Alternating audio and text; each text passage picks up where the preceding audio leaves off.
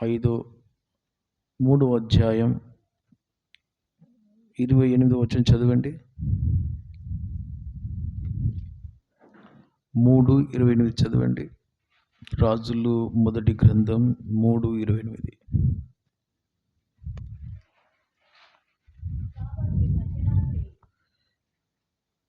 3:28. అంతటా ఇశ్రాయేలీయులందరూ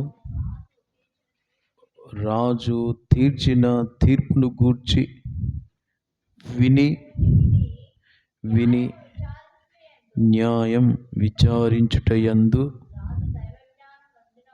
రాజు దైవ జ్ఞానం నొందిన వాడని గ్రహించి అతనికి భయపడిరి. స్తోత్రం చెప్పండి అందరూ. హల్లెలూయా. రాజు కంట అందరూ భయపడ్డారంట. ఎవరెవరు భయపడ్డారు? ఇశ్రాయేల్ ప్రజలందరూ భయపడ్డారంట. దేవుని బిడ్డలందరూ భయపడ్డారంట. ఎందుకు భయపడ్డారు అంటే, సొలొమోన్ రాజు అంటే అక్కడ సొలొమోన్ రాజుకి ఇశ్రాయేల్ ప్రజలందరూ భయపడ్డారు. ఎందుకు భయపడ్డారు అంటే, దైవ జ్ఞానం, న్యాయం తీర్చే విషయంలో దైవ జ్ఞానం కలిగి ఉన్నాడు గనుక. హల్లెలూయా, హల్లెలూయా. ఇది నన్ను దేవుడు మళ్ళీ ఎందుకు పిలిచాడు? రాజులైన యాజక సమూహముగా ఉండునట్లుగా మనల్ని పిలిచాడు. హల్లెలూయా. అంటే మనల్ని చూసి కూడా ప్రజలు భయపడాలి. ఆమేన్ చెప్పండి. మనల్ని చూసి కూడా ప్రజలు భయపడాలి. దేవుని బిడ్డలు భయపడాలి. ఆమేన్ చెప్పండి. అన్యులు భయపడాలి. ఆమేన్ చెప్పండి. హల్లెలూయా. యేసయ్య ఒక దినాన నేను మరించి తిరిగి లేస్తానని చెప్పిన తర్వాత చనిపోయాడు. 3 రోజులు లేస్తా అన్నాడు, లేచాడు. లేచిన తర్వాత ఆ యొక్క సమాధి దగ్గర రాయి పొర్లించి ఉంటుంది.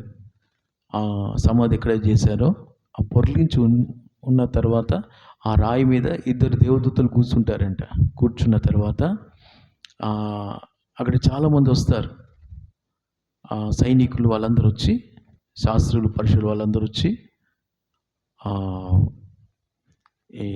వాళ్ళని చూసి భయపడిపోతారంట. దేవదూతలను చూసి భయపడిపోతారంట. వణుక్కుంటూ అలా కింద పడిపోతారంట.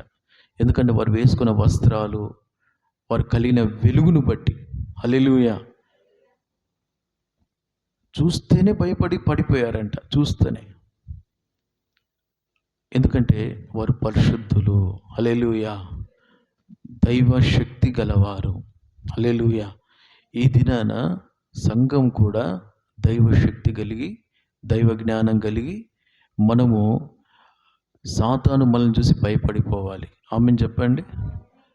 ఒక దినాన యేసు ప్రభు గేరాసేనీయుల ఆ దేశంలోకి వచ్చినప్పుడు సమాధి నుండి ఒకడు దయ్యం పట్టినాడు వచ్చాడు. 2000 దయ్యాలు ఉన్నాయంట ఆ వ్యక్తిలో. ఎన్ని దయ్యాలు? 2000 దయ్యాలు. 2000 దయ్యాలు. ఆ 2000 దయ్యాలు కలిగిన ఆ వ్యక్తి యేసయ్య అలాగున వెళ్తూ ఉంటే దారిలో చూసి ఆ సమాధి నుండి పరిగెత్తుకొని వచ్చి, సర్వోన్నతుడైన దైవ కుమారుడా, మాతో నీకేమి, మమ్మల్ని నశింపజేయడానికి వచ్చావా అని అతని నుండి ఆ దయ్యాలు మాట్లాడుతున్నాయంట. 2000 దయ్యాలు, సేన అంట. యేసయ్య అన్నాడు, ఎవరు నువ్వు, ఏంటి అంటే, నేను సేన దయ్యాన్ని అన్నాడంట. 2000 దయ్యాలు ఒక్క వ్యక్తిలో. మమ్మల్ని చంపడానికి వచ్చావా, నాశనం చేయడానికి వచ్చావా అని భయపడి వణికిపోయా అంట ఆ వ్యక్తులను దయ్యాలు. హల్లెలూయా, హల్లెలూయా. మనల్ని చూసిన వాళ్ళు కూడా, దయ్యాలు పట్టిన వారు కూడా భయపడాలి. అందరూ ఆమేన్ చెప్పండి. ఆమేన్ చెప్పండి. చీపురు గట్ట చెప్పులు పట్టుకోవద్దు. బైబిల్ నెత్తి మీద పెట్టి కొట్టొద్దు. సొంతం చెప్పండి. హల్లెలూయా. ఇది వాళ్ళు మనకు భయపడేమో కానీ తొండం చూసి భయపడతారు, బల్లీలు చూసి భయపడతారు. అదేమనదు, అంత దూరంలో ఉంటేనే భయపడతారు. ఇది నేను ఎందుకు మనల్ని చూసి మనుషులు భయపడట్లేదు, దేవుని బిడ్డలు భయపడట్లేదు, మన ఇంటి వారు భయపడట్లేదు? కారణం ఏంటంటే దైవ జ్ఞానం లేదు. చెప్పండి, ఏం జ్ఞానం లేదు?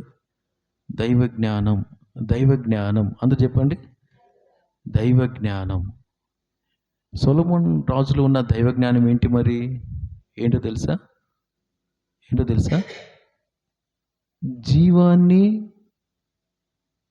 గ్రహించినవాడు, దేవుని జీవాన్ని గ్రహించినవాడు. చెప్పండి, ఏం గ్రహించాడు? ఏం గ్రహించాడు? దేవుని జీవం. అందరూ చెప్పండి. అది ఎలా? కొన్నిసార్లు ఆయా సందర్భాల్లో మనం విన్నాం. ఒక ఇద్దరు వేశ్యలు ఉంటారు ఒక ఇంట్లో, ఇద్దరు పిల్లలు కంటారు. ఇద్దరు పిల్లలు కానీ ఒక వేశ్య, ఒక ఆమె. ఇద్దరికి చెరువు మంచం ఉంటుంది, ఒక ఇంట్లోనే ఉంటారు.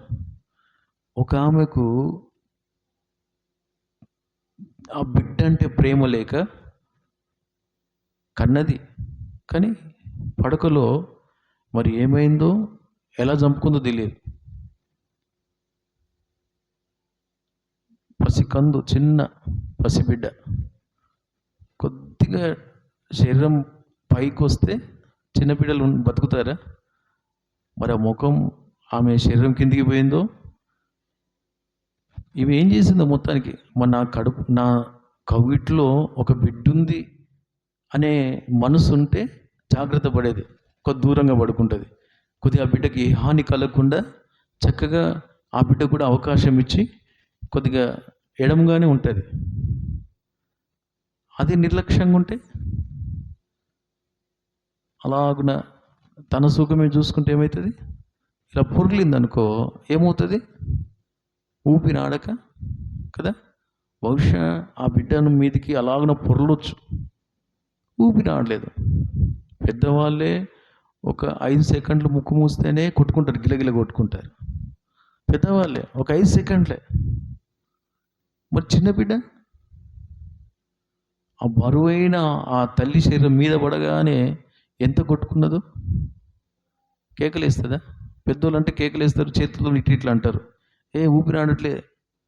కొన్నిసార్లు నీళ్ళలో మునిగిన, ఈత రాని సమయంలో ఇట్లా కొడతా ఉంటారు, ఇట్లా మునిగిపోతున్నా అని పెద్దవాళ్ళు. నేను అట్లా 2 సార్లు మునిగిపోయినా, ఈత రాదు నాకు. హల్లెలూయా, సోదరు చెప్పండి హల్లెలూయా.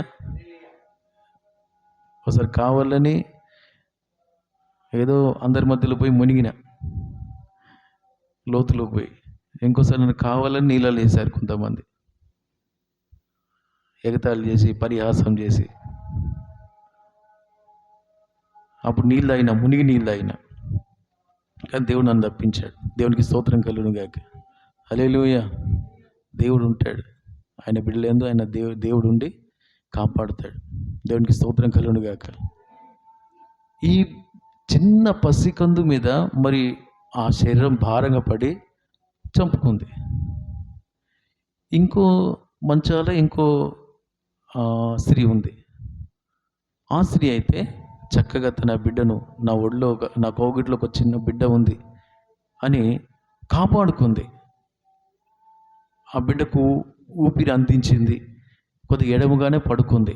స్తోత్రం కలుగును గాక. హల్లెలూయా. నిద్రపోయింది, చిన్న బిడ్డకు నిద్రపోయింది. అయితే ఏ బిడ్డనైతే ఏ తల్లి చంపుకున్నదో ఏం చేసింది? నా బిడ్డ చనిపోయిందని తెలిసింది ఆమెకు. తెలవగానే ఏం చేసింది? సౌండ్ చేయకుండా మెల్లగా లేచింది. లేచి ఏం చేసింది? ఆ బ్రతికున్న ఆ చంటి బిడ్డ, ఆ బిడ్డను తీసుకొని తన పడకలు వేసుకుంది. ఈ చచ్చిన దాన్ని తీసుకెళ్ళి వేరే ఆ స్త్రీ పడకలో వేసేది. ఈమె లేచి చూసింది, తెల్లారింది, లేచి చూసింది. లేచి చూడగానే చచ్చిపోయి ఉన్నది. ఇప్పుడు ఏ తల్లికైనా ప్రాణం కొట్టుకుంటుందా లేదా? ఈ చచ్చిపోయి బిడ్డను చంపుకున్నది అయితే ఏడవట్లే.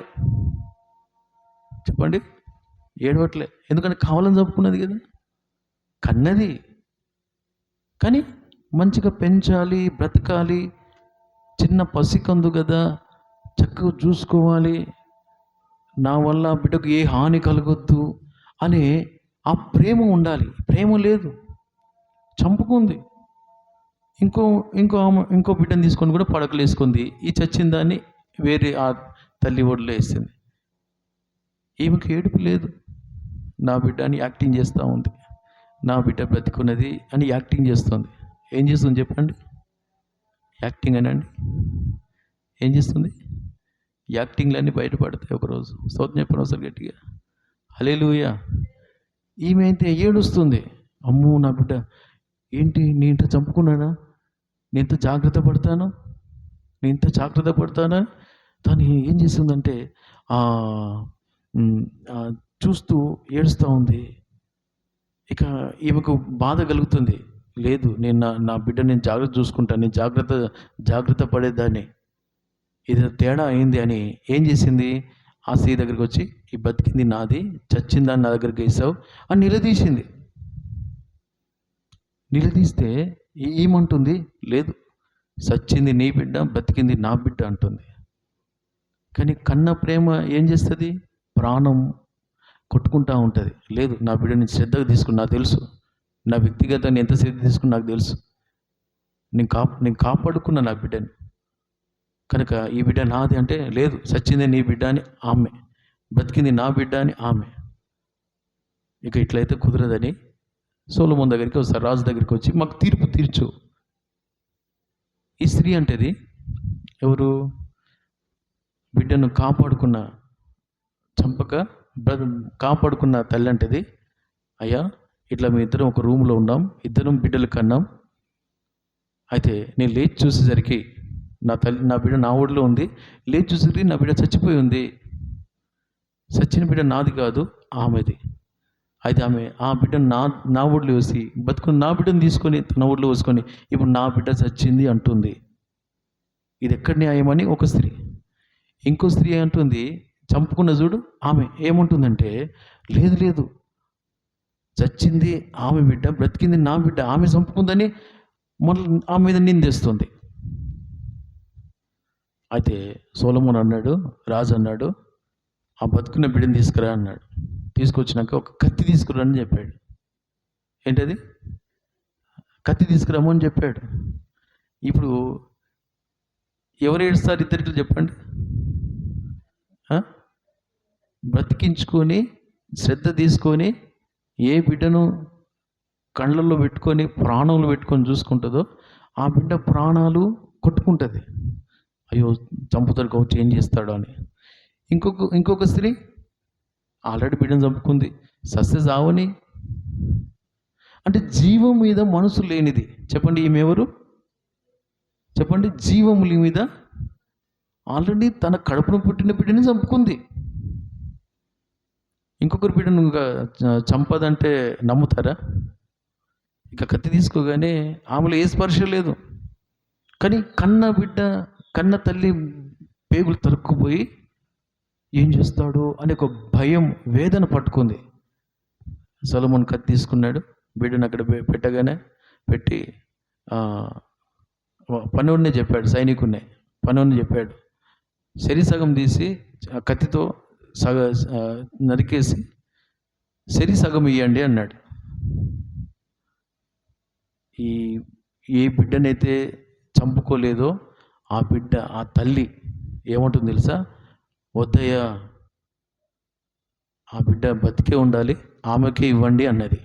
చెప్పకుండా ఒకసారి గట్టిగా హల్లెలూయా. ఇంకో స్త్రీ ఏమన్నది? లేదు, చంపేసాయి, సగమి అనేది. అంటే ఇప్పుడు ఎవరు కన్న తల్లి, ఎవరు నిజమైన తల్లి, ఎవరు బిడ్డను కాపాడుకున్నారు, ఎవరు బిడ్డను చంపుకున్నారు? మరణాన్ని కోరిన ఆ స్త్రీ జీవం కోరక బిడ్డను చంపుకుందే, ఆమె బిడ్డను చంపుకుంది. తేలిపోయింది. ఇంటి వారిని చంపుకునేవారు బయటను కూడా చంపేస్తారు. అవునా కాదా? అవునా కదా? ఇంటి వారిని చంపుకున్నవారు బయటి వారిని కూడా చంపుతారు.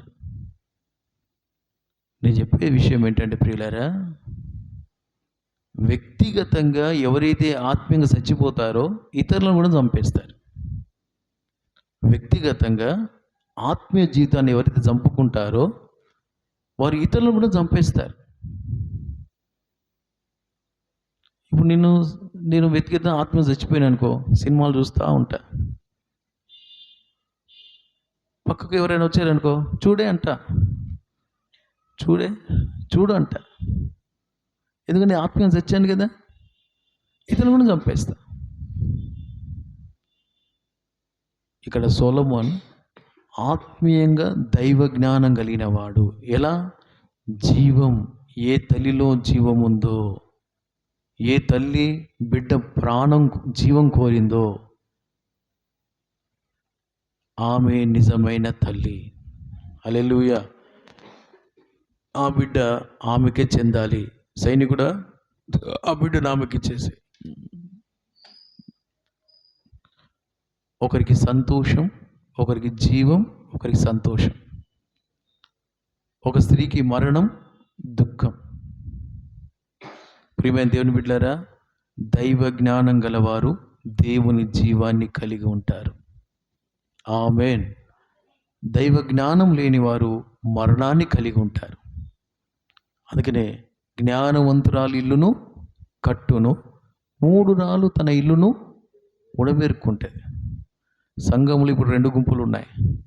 ఒకరేమో ఆత్మీయ జీవితం కట్టుకునేవారు ఉన్నారు, కాపాడుకునేవారు ఉన్నారు. ఒకరేమో కట్టుకుంటారు, కూలుస్తూ ఉంటారు.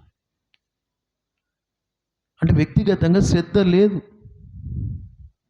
ఇది మనం వ్యక్తిగతంగా శ్రద్ధ తీసుకుంటే దేవుని జీవం కలిగి దేవుని కొరకు మనం కట్టబడి కాపాడబడుతూ ఉంటాం. హల్లెలూయా. మనల్ని చూసిన వారు అనేకులు భయపడతారు. ఆమె చెప్పండి. ఎందుకంటే మనం గద్దిస్తాం, అది పాపం చేయొద్దు, కోపపడతాం, అది మంచిది కాదు, ఇది మంచిది, ఇది దేవుని సంబంధమైంది, సాతాను సంబంధమైంది. ఇంకో విషయం, అపోస్తుల కార్యం రాస్తుంటుంది, 3,000 మంది రక్షణ పొందిన వారంట. ఎక్కడున్నారు వాళ్ళు? 3,000 మంది రక్షణ పొందేవారు సహవాసంలో, ప్రార్థనలో, రొట్టె విడుచుటలో, బోధలో వారు ఎడతెగక ఉన్నారు. సో చెప్పండి. అప్పుడు ఏం జరిగింది? ప్రజలందరికీ భయం కలిగిందంట. ప్రతి వానికి భయం కలిగాను. చదవండి ఆ మాట. అపోస్తుల కార్యములు 2వ అధ్యాయం 42వ వచనం. వీరు అపోస్తుల బోధయందును, సహవాసమందును, రొట్టె విరుచుటయందును, ప్రార్థన చేయుటయందును ఎడతెగక ఉండిరి. అప్పుడు ప్రతి వానికిని భయం కలిగెను. ఆమేన్ అని చెప్పండి. ఆమేన్ అని చెప్పండి. హల్లెలూయా. ఆ దినాన అపోస్తుల దినాల్లో పేతురు ప్రసంగంలో 3,000 మంది రక్షణ పొందినప్పుడు వారు ఎక్కడెక్కడ ఉన్నారు? సహవాసంలో, ప్రార్థనలో, రొట్టె విరుచుటలో, బోధలో ఎడతెగక ఉన్నారు. ఎడతెగక అంటే అన్నిటికీ దూరం అయ్యారు. దేవునికి, సంఘానికి, సహవాసానికి దగ్గరయ్యారు గనుక ప్రజలు వాళ్ళని చూసి భయపడ్డారంట. హల్లెలూయా. అద్భుతాలు, ఆశ్చర్యకార్యాలు జరిగాయంట అక్కడ చూడండి. మరియు అనేక మహత్కార్యములు, సూచక క్రియలు అపోస్తుల ద్వారా జరిగాను. ఎక్కడ జరిగినాయి? ఏ విశ్వాసులైతే బోధలో, సహవాసంలో, రొట్టె విరుచులో, ప్రార్థనలో చేయుటయందు ఎడతెగక ఉన్నారో వారి కుటుంబాల్లో, వారి వ్యక్తిగత జీవితంలో దేవుడు అద్భుతాలు జరిగించాడు. ఆమేన్ అని చెప్పండి. హల్లెలూయా. తర్వాత విశ్వసించిన వారందరూ ఏకముగా కూడి తమ కలిగినదంతయు సమిష్టిగా ఉంచుకున్నారు. ఆర్థికంగా వాళ్ళంతా బాగున్నారు. ఇది కాక వారు తమ చిరస్థిరాస్తులను అమ్మి అందరికీ వారి వారి అక్కర కొలది పంచిపెట్టారు. సంఘములో ఒకరొకరు ఆదుకున్నారు. మరియు వారేక మనస్కులై ప్రతిదినం దేవాలయంలో తప్పకుండా కూడుకొనుచు ఇంటింటా రొట్టె విరుచుచు దేవుని స్తుతించుచు ప్రజలందరి వలన దయ పొందిన వారై ఆనందంతో నిష్కపటమైన హృదయంతో ఆహారం పుచ్చుకొనుచుండిరి. మరియు ప్రభు రక్షణ పొందుచున్న వారిని అనుదినం వారితో చేర్చుచుండెను. హల్లెలూయా. అనుదినం దేవాలయంలో ఉన్నారంట. చెప్పండి, ఎక్కడున్నారు? అనుదినం. అప్పుడప్పుడు కాదు, వారానికి ఒకసారి కాదు, అనుదినం. చెప్పండి, అందరూ చెప్పండి, అనుదినం. డైలీ మందిరంలో ఉన్నారంట. మరలా అనుదినం ఉదయం అంతా పని చేసుకుంటున్నారు, మందిరానికి వస్తున్నారు, మళ్ళీ ఉదయకాలం మందిరానికి వస్తున్నారు, ప్రార్థన చేస్తున్నారు, మళ్ళీ పనులన్నీ అయిపోయినాక వారి వ్యాపారాలు, కుటుంబ జీవితం అంతా అయిపోయినాక సాయంకాలం మళ్ళా విశ్వాసుల ఇండ్లలో రొట్టె విరుస్తున్నారంట. హల్లెలూయా. రొట్టె అంటే దేవుని వాక్యం వింటున్నారు.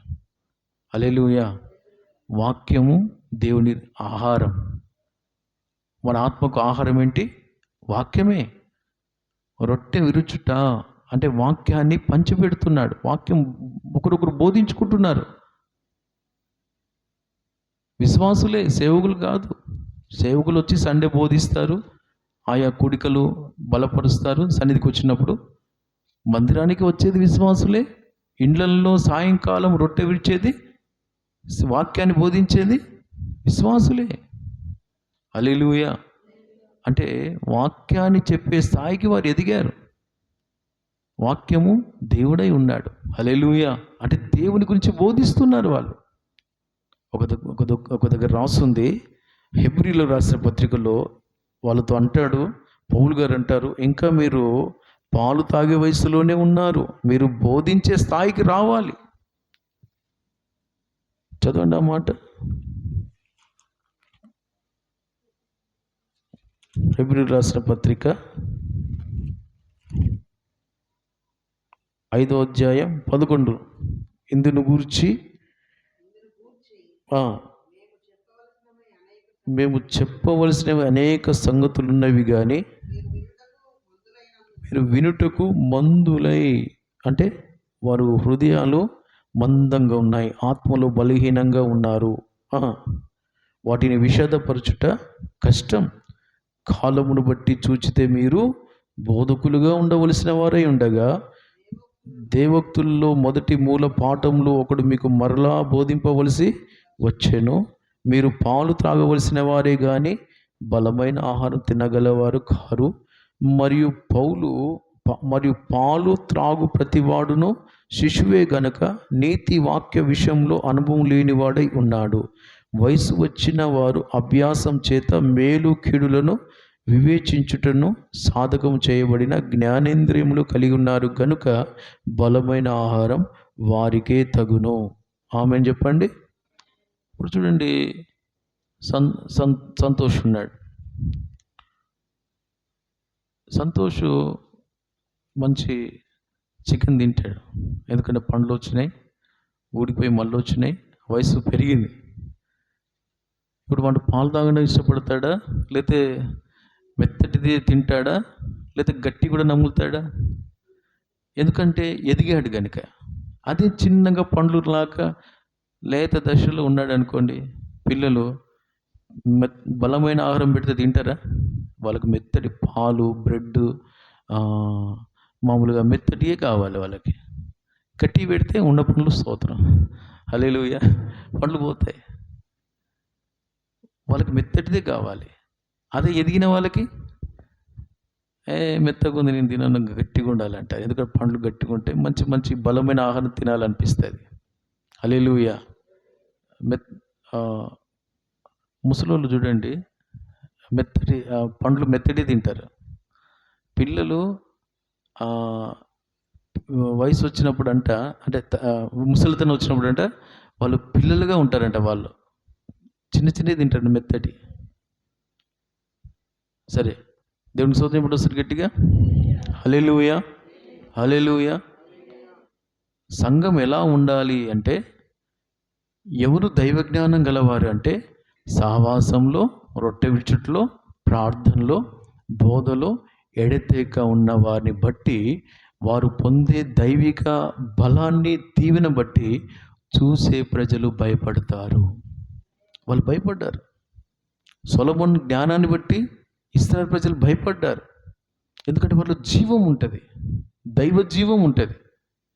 సాతాను భయపడ్డాడు.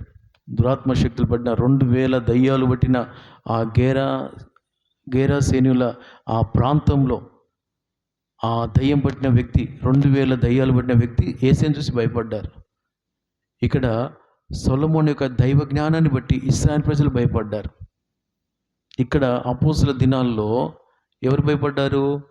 ఏ విశ్వాసి అయితే రక్షణ పొంది బ్యాప్టిజం తీసుకొని సేవకులతో కలిసి అన్ని కూటాల్లో కలిసి ఉంటారో వాళ్ళని బట్టి ప్రజలు భయపడ్డారు. హల్లెలూయా. ఎందుకు భయపడ్డారంటే దైవ జ్ఞానం పెరుగుతుంది, దేవుని జీవం పెరుగుతుంది. ఇప్పుడు లైట్కి ఇప్పుడు మనం కొద్దిగా దూరంలో ఉన్నామనుకోండి, వెలుగు కొద్దినే పడుతుంది. రాను రాను దగ్గరికి వస్తుంటే ఏమవుతుంది? వెలుగు ఎక్కువ అవుతుంది. ఇప్పుడు చూడండి, మీరు ఈ లైట్ ఉంది, ఈ లైట్ నీ దగ్గర ఉన్నాక ఈ వెలుగు నా మీద ఎక్కువైంది. మీరు దూరంగా ఉన్నారు, ఈ వెలుగు మీ మీద పడుతుందా? పడు. ఇప్పుడు ఆ లైట్ అక్కడ ఉంది, దాని కింద మీరు ఉన్నారు కనుక ఆ వెలుగు నా మీద పడదు, మీ మీద ఎక్కువ పడుతుంది. అలాగనే దేవుని జీవం, దేవుని మహిమ, దేవుని దీవెన అపోస్తుల దినాల్లో ఎడతెగక ఎవరైతే ఉన్నారో వాళ్ళు దేవుని జీవం విస్తరించింది, బలం పొందారు. కనుక ఈ దినాన ప్రియులారా, మేలు కీడు వివేచించే జ్ఞానం మనకు కావాలి. ఏది సాతానుది, ఏది దేవుంది మనకు తెలియాలి. అప్పుడు ఏమవుతుందంటే బోధకులుగా మనం మారుతాము. ఏం తెలియని వాళ్ళు, నేను అప్పుడప్పుడు చెప్తా, నువ్వు పాట పాడమ్మా అంటే అమ్మో నాకు భయం అంటారు. హల్లెలూయా. కొందరిని నేను బ్రదర్ చెప్తాను, వాక్యం చెప్పాలంటే నవ్వుతారు, అంటే నా వల్ల కాదు అని అర్థం. ఎందుకు అంటే మనం ఎదగట్లేదు, ఎక్కడ మనం వెనుకబడి ఉన్నాము. వెనుకబడి ఉన్న వాళ్ళను ఎంత గట్టిగా నెట్టినా అంత గట్టిగా దూరం పరిగెడతారు. నా వల్ల కాదు, నన్ను ఎక్కడ నిలబెడతారో, నన్ను ఎక్కడ పాట పాడమంటారో, నన్ను ఎక్కడ వాక్యం చెప్పమంటారో, నన్ను ఎక్కడ ప్రార్థన చేయమంటారో. అర్థమవుతుందా? కనుక ఈ దినాన మనము దైవ జీవాన్ని ఎరిగిన వారమై ఆ జీవాన్ని మనం కలిగి ఉంటే, ఆమెను చెప్పండి, వ్యక్తిగతంగా మనం దైవ జీవాన్ని కలిగి ఉంటే అనేకుల జీవాన్ని మనం కోరుతాము, అనేకుల మరణం నుండి మనం విడిపిస్తాము. యేసయ్య జీవాధిపతి అయిన యేసు ఈ లోకానికి వచ్చి ఆత్మలో చచ్చిపోయిన మనల్ని ఆయన జీవం ఇచ్చి, ఆయన వాక్యం ఇచ్చి, ఆయన రక్తం ఇచ్చి, ఆయన అభిషేకం ఇచ్చి, ఆయన సన్నిధి ఇచ్చి, ఆయన ప్రార్థన అనుభవం ఇచ్చి ఆయన జీవంతో మనల్ని నింపుతున్నాడు. హల్లెలూయా. ఆయన ఆత్మలో మరణించలే. అంటే పాపం వల్ల ఒక వ్యక్తి ఏమవుతాడు? ఆత్మలో మరణిస్తాడు. ఆదాము అవ్వ దేవుని వాక్యాన్ని, ఇదిగో ఈ పండు తింటే మీరు చస్తారు అనగానే వారికి తెలియక అమాయక కాలంలో సాతాను సర్పం మాట విని తినొద్దన్న పండు తిని దేవునికి దగ్గరగా ఉండవలసిన వాళ్ళు తోట చెట్ల మధ్యలో ఎందుకు దాక్కున్నారు? పండు తిన్నారు, తినొద్దనే తిన్నారు, చేయొద్దనే చేశారు, వాక్యానికి అవిధేయత చూపించారు కనుక పాపం వారిలో ప్రవేశించింది. చెప్పండి, ఏం ప్రవేశించింది? పాపం ప్రవేశించి దేవుని దగ్గర రాకుండా భయం పుట్టించింది. నేను చెప్పే విషయం ఏంటంటే ప్రియులారా, పాపం మనల్ని ఎంత వరకు ఏలుబడి చేస్తుందో మనం దేవునికి అంతగా దూరంగా ఉంటాం. ఎప్పుడైతే పాపాన్ని మనం జయిస్తామో, పరిశుద్ధంగా ఉంటామో, పరిశుద్ధుడైన దేవునికి మనం దగ్గరైపోతాము. ఆమేన్ చెప్పండి. ఇప్పుడు సొలొమోను ఎవరంటే దేవునికి దగ్గరగా ఉన్నవాడు. ఇప్పుడు చెప్పండి కదా, ఇద్దరు స్త్రీలో ఎవరు దేవునికి దగ్గర ఉన్నారు చెప్పండి? బిడ్డను కాపాడుకున్న స్త్రీ దేవునికి దగ్గరగా ఉందా? బిడ్డను చంపుకున్న స్త్రీ దేవునికి దగ్గరగా ఉందా? బిడ్డను కాపాడుకున్న స్త్రీ దేవునికి దగ్గరగా ఉన్నది. ఎందుకంటే శ్రద్ధ పెట్టింది, నా ఒడిలో ఒక బిడ్డ ఉంది, ఆ బిడ్డను నేను చంపుకోవద్దు, దేవుడిచ్చిన బహుమానం. సోదం ఎప్పుడు అసలు గట్టిగా ఇది ప్రియులారా, మన యేసు రక్తం ఇచ్చి కొన్నాడు. మనం పాపం చేస్తూ దేవునికి లోబడకుండా ఉంటే మనం ఆత్మీయంగా చచ్చిపోతాము, ఇంటి వారిని చంపేస్తాము, అందరినీ చంపేస్తాము, దేవునికి దూరమై అందరినీ దూరం చేస్తాం. అప్పుడు పాపంలో ఉన్న వారిని బట్టి ఎవరు భయపడరు. పరిశుద్ధంగా ఉంటేనే మనకు అందరు భయపడతారు. అందరూ ఆమేన్ చెప్పండి. ఇప్పుడు యేసయ్య అంటే మనకు భయం. ఆదాము తప్పు చేసి దూరంగా ఎందుకున్నారు? పరిశుద్ధుడు, ఆ పరిశుద్ధుని దగ్గరికి రావడానికి భయపడ్డారు. ఇది నేను చెప్పే విషయం ఏంటంటే ప్రియులారా, మనల్ని బట్టి మన కుటుంబం నిలబడాలి, మన ప్రాంతం నిలబడాలి, మనం మనం దేవుని కొరకు నిలబడి మన కుటుంబాన్ని నిలబెట్టాలి అని ఆ ఆశ ఉంటే మనం పాపం చేయము. ఆమేన్ చెప్పండి. పాపం చేయము, దేవునికి లోబడతాము. ఆమేన్ చెప్పండి. కనుక ఈ కడవరి దినాల్లో దేవుడు సాతాను ఎవరిని మింగుదని తిరుగుతున్నాడు, ఆత్మీయంగా చంపేస్తున్నాడు, ఈ ఆశ పుట్టిస్తున్నాడు, దేవునికి దూరం చేస్తున్నాడు. ఒక్కడు దూరం అయితే ఇంట్లో అందరు దూరం అవుతారు. అందుకే ఇంటి యజమానులారా, మీరు దేవునికి దగ్గరగా ఉండి మీ కుటుంబాలను కాపాడుకుందురుగాక. ఆమేన్ చెప్పండి. కనుక మనం కాపాడుకుంటూ మన కుటుంబాన్ని కాపాడుకుందాం. ఆమేన్. వ్యక్తిగత జీవితం మీద శ్రద్ధ తీసుకుంటూ మన కుటుంబం మీద శ్రద్ధ పెడతాం, మనం సంఘం మీద శ్రద్ధ పెడతాం. ఆటోమేటిక్గా మన వ్యక్తిగతంగా నిలబడితే చాలు, అందరి మీద శ్రద్ధ పెడతాం. ఆమేన్ చెప్పండి. యేసయ్య ఒక్క నిలబడ్డాడు, ప్రపంచాన్ని నిలబెడుతున్నాడు. హల్లెలూయా, హల్లెలూయా. కనుక ఆటోమేటిక్గా ఆ పరిశుద్ధత, ఆ ప్రేమ మనలో భారాన్ని కలుగజేస్తుంది. మన వ్యక్తిగతంగా భారం కలిగి ఉంటే చాలు. పేతురు నీళ్ళలో మునిగిపోతున్నాడు, సముద్రంలో మునిగిపోతుంటే నన్ను కాపాడు కాపాడు అన్నాడు. అప్పుడు యేసయ్య తీసుకొని అల్పవిశ్వాసి ఎందుకు సందేహపడ్డావని గద్దించాడు, సరి చేసుకున్నాడు. 3,000 మందికి ఆశీర్వాదకరంగా నిలబడ్డాడు. ఆమేన్ చెప్పండి. హల్లెలూయా. ఒకవేళ నువ్వు మునిగిపోతున్నావా, పాపంలో పడి మునిగిపోతున్నావా, గాలికి భయపడుతున్నావా, తుఫానుకు భయపడుతున్నావా, మునిగిపోతున్నావా, నీళ్ళు ఊపిరాడని స్థితిలో ఉన్నావా, పాపాలు నిన్ను ఆవరించి ఉన్నాయా, ఆత్మలో మరణించిపోయావా, దేవునికి దూరం అయ్యావా, నీ మనస్సాక్షి ఏడుస్తుందా, వేదన పడుతుందా, ఈ దినమే నువ్వు యేసయ్యా నన్ను కనికరించు, మరలా నీ ఆత్మతో నింపి మరలా నన్ను పైకి లేపు అని మనం మొరపెట్టగలిగితే దేవుడు మనల్ని నిలబెట్టి అనేకులకు ఆశీర్వాదకరంగా మనల్ని వాడుకోబోతున్నాడు. మన కుటుంబాలకు దీవెనకరంగా నిలబెట్టబోతున్నాడు, సంఘానికి దీవెనకరంగా నిలబెట్టబోతున్నాడు. మనల్ని బట్టి అనేకులు భయపడబోతున్నారు. కనుక దేవునికి భయపడి, 2 దొంగలు ఉన్నారు, నేరస్తులు సిలువలో. ఒకడు దేవుణ్ణి, యేసయ్యను దూషిస్తున్నాడు. నువ్వు క్రీస్తువు అయితే నిన్ను రక్షించుకో, మమ్మల్ని రక్షించు అంటున్నాడు, దేవుని దూషిస్తూ. ఇంకో దొంగ ఏమంటున్నాడు, నేరస్తుడు, ఇది మనకు తగిందే, మనకి శిక్ష రావాల్సిందే మనం చేసిన తప్పులకి, ఆయనైతే ఏ తప్పు చేయలేదు, నువ్వు దేవునికి భయపడవా అని గద్దిస్తూ, ఒక నేరస్తుని గద్దిస్తూ తను తగ్గించుకుంటూ, ఈ శిక్ష మనకు తగినది అని చెప్పి, ఈయనలో ఏ తప్పిదం లేదని చెప్పి యేసయ్య ఏమన్నాడు, యేసయ్యా నీవు వచ్చినప్పుడు నన్ను జ్ఞాపకం చేసుకో. హల్లెలూయా. చూసారా, అప్పుడు వెంటనే యేసయ్య ఏమన్నాడు, వెంటనే నేడు నువ్వు కూడా నాతో పరదేశిలో ఉంటావు. ఎంత ఎంత ప్రేమ చూడండి దేవునికి. హల్లెలూయా. కనుక ప్రియమైన దేవుని బిడ్డలారా, ముగిస్తున్నాను. ఈ దినాన మనం దేవునికి భయపడాలి. ఆమేన్ చెప్పండి. ఏ శిక్షలో ఉన్నామో, ఏ వేదనలో ఉన్నామో అది ఓర్చుకుంటూ సహిస్తూ, ఇది నాకు తగినదే, నేను చేసిన దానికి ఈ శిక్ష వచ్చిందని మనం భరిస్తూ, ఆయనలో ఏ తప్పిదం లేదు, నన్ను ప్రేమించి నా శిక్ష శిలువలో భరించాడని మనం గనుక ఆయనకు మరలా అప్పగించుకొని, ఉన్న శ్రమ, శిక్ష, అది వ్యాధి, బాధ, ఇబ్బందుల, మనుషుల శోధనల, మనుషుల వల్ల కలిగే బాధల, ఏదైనా మనం ఓర్చుకొని సహించి, నీతో ఉంటే చాలయ్యా, నీ రాజ్యం ఉంటే చాలయ్యా, నీలాగా నీ ఉంటే చాలయ్యా అని మనం కనుక ఆయన సన్నిధిలో ఏడ్చినట్లయితే దేవుడు తప్పకుండా మనకు మన ఆశను తీర్చబోతున్నాడు. అడిగిన వాటికంటే, ఊహించు వాటికంటే అత్యధికమైన కార్యాలు చేసి మనల్ని అద్భుతమైన ఆనందంతో తృప్తిపరిచే తండ్రి అయి ఉన్నాడు, జాలిగల దేవుడై ఉన్నాడు ఆయన.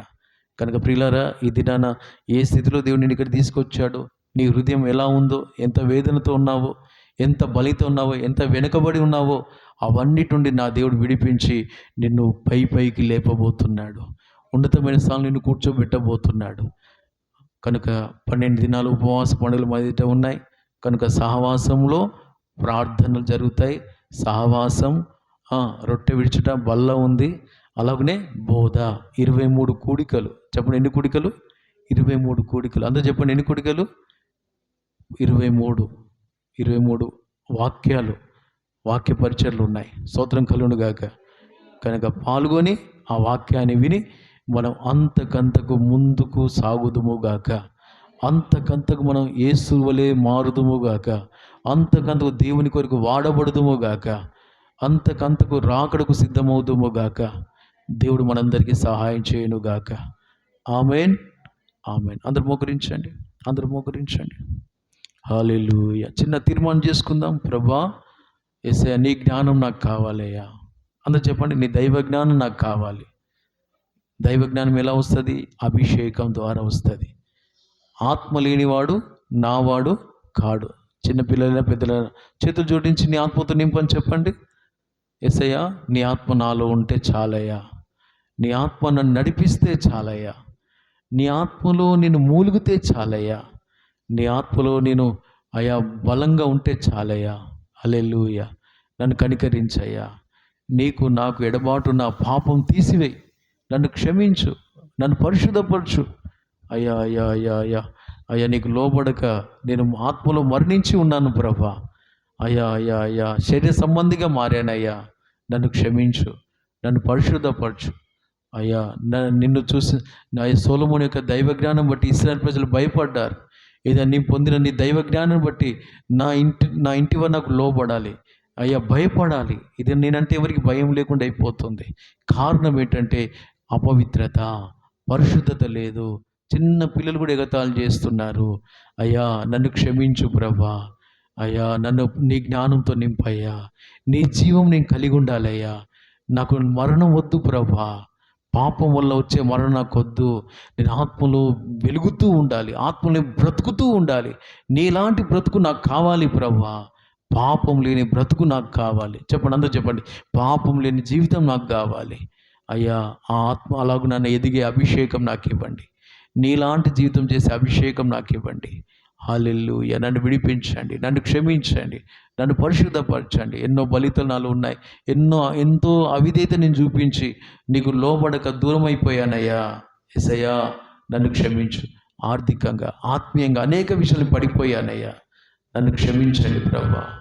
అయ్యా, ఇదిగో ఒక దొంగ దూషిస్తూ నువ్వు నేను రక్షించుకో అంటున్నాడు. మరొకడు ఇది మనకు తగిందే, దేవునికి భయపడు అంటున్నాడు.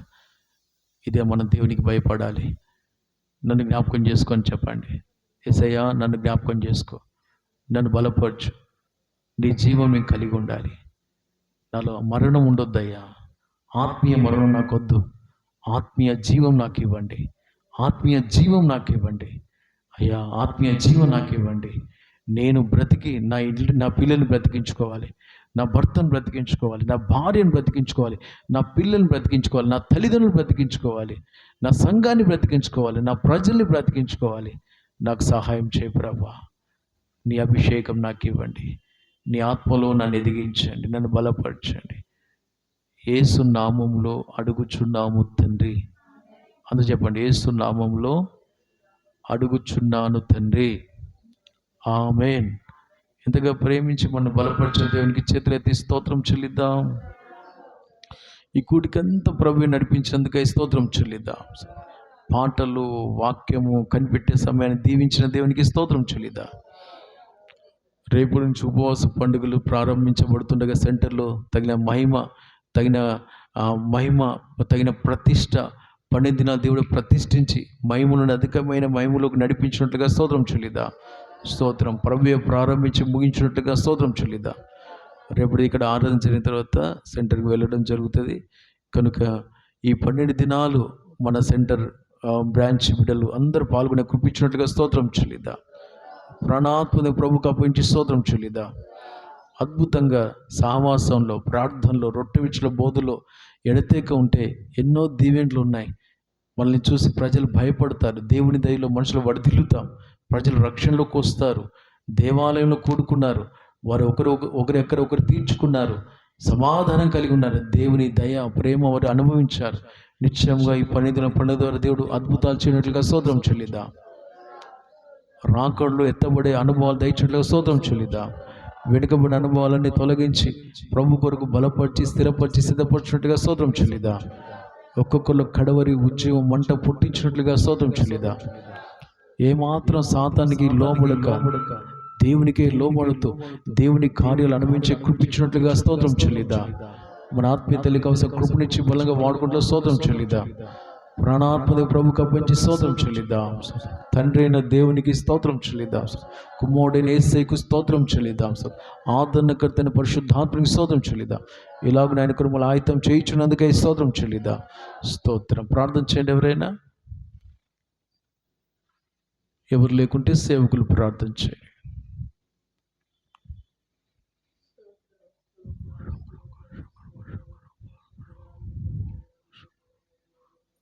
స్తోత్రమయ్యా. హల్లెలూయా. అవునయ్యా. స్తోత్రం స్తోత్రం. హల్లెలూయా. యేసు ప్రభా ఉన్నప్పుడు తండ్రి నీకు స్తోత్రములు. ఇశ్రాయేలు ప్రజలు ప్రభా భయపడరని అయ్యా నువ్వు మాతో మాట్లాడినందుకు స్తోత్రములు తండ్రి. ప్రతి విషయములో మేము ఉన్నప్పుడు ప్రభా అందరూ మాకు భయపడాలని నువ్వు మాట్లాడావు తండ్రి. నీకు స్తోత్రములు స్తోత్రములు తండ్రి. గొప్ప దేవుడవు నాయనా, నీతిమంతుడవు తండ్రి, సర్వశక్తిమంతుడవు యేసయ్యా, సర్వాధికారివి తండ్రి. నీకు స్తోత్రములు తండ్రి. అయ్యా ఈ దినము ఎంతో మంది రాలేకపోయినారు ప్రభా. అయ్యా మమ్మల్ని నడిపించినవు తండ్రి. నీకు స్తోత్రం. నీ ఆత్మ ద్వారా మమ్మల్ని నడిపించి నీ సన్నిధిలో నిలబెట్టినందుకై స్తోత్రములు తండ్రి. అయ్యా నీకు వందనాలు, స్తుతులు, స్తోత్రములు స్తోత్రములు తండ్రి. అయ్యా ఈ రాత్రి అయ్యా తండ్రి శుద్ధీకరణ మాకు ఇచ్చినందుకై ఎంతో వందనాలయ్యా. నీకు స్తోత్రములు. దైవ జ్ఞానం మాకు దయచేయమని అడుగుచున్నాను తండ్రి. అయ్యా నీ సేవకులను బలపరిచి ప్రభా నీ సేవకులతో మాతో మాట్లాడినందుకై స్తోత్రములు తండ్రి. అయ్యా రేపు పరిశుద్ధ దినము కొరకు ప్రభా ప్రతి బిడ్డ నీ సన్నిధికి రావాలయ్యా తండ్రి. నీకు స్తోత్రములు.